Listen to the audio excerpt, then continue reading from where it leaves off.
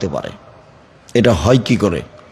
বাংলাদেশের আলেম ওলামা সুযোগ পেয়েছিল নিজের মতো দেশ গড়তে, কিন্তু বুঝলো না, তারা নিজ নিজ স্বার্থে নেমে গেল।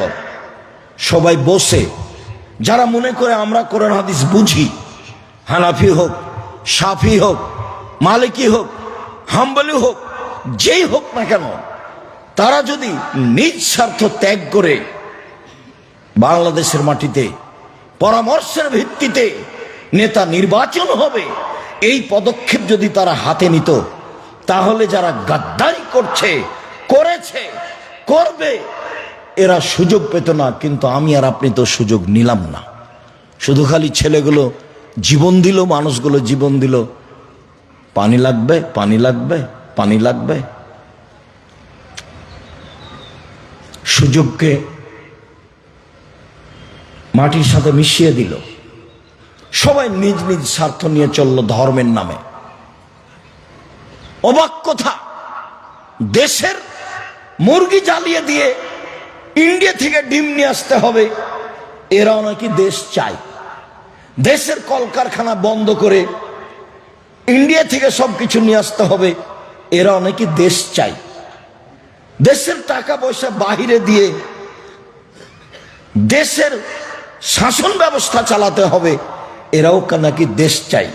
এর চেয়ে ধোঁকাবাজি, এর চেয়ে মুনাফেকি, এর চেয়ে জুয়াচুরি, এর চেয়ে শয়তানি আর কি হতে পারে? জাতির সাথে মুনাফেকি করে বিদ্যা দেখাও তুমি, জাতির সাথে মুনাফেকি করে নির্বাচন দেখাও তুমি, জাতির সাথে মুনাফেকি করে নেতৃত্ব দেখাও তুমি। এটা তোমার একটা আস্ত ধোঁকাবাজি। মুখে এক, ভিতরে আর এক, মুখে এক, ভিতরে আর এক। এর নাম নগদ মুনাফেক। এ হলো মুনাফেকি। এ আচরণ দিয়ে জাতির কল্যাণ আনা যাবে না। আপনার ছেলে মেয়েকে দেখি ছুটে বেড়াচ্ছে মোটরসাইকেল নিয়ে।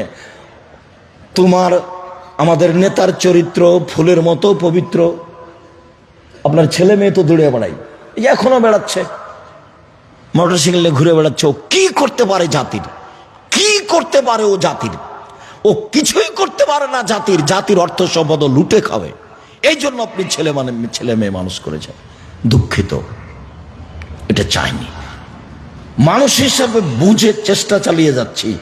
তাই সব সময় বলি, দাঁড়ালে বলি, শিরক মুক্ত প্রতিষ্ঠান জামিয়া সালাফিয়া, বিদআত মুক্ত প্রতিষ্ঠান জামিয়া সালাফিয়া, দল মুক্ত প্রতিষ্ঠান জামিয়া সালাফিয়া, সংগঠন মুক্ত প্রতিষ্ঠান জামিয়া সালাফিয়া, হিংসা মুক্ত প্রতিষ্ঠান জামিয়া সালাফিয়া। মনে বড়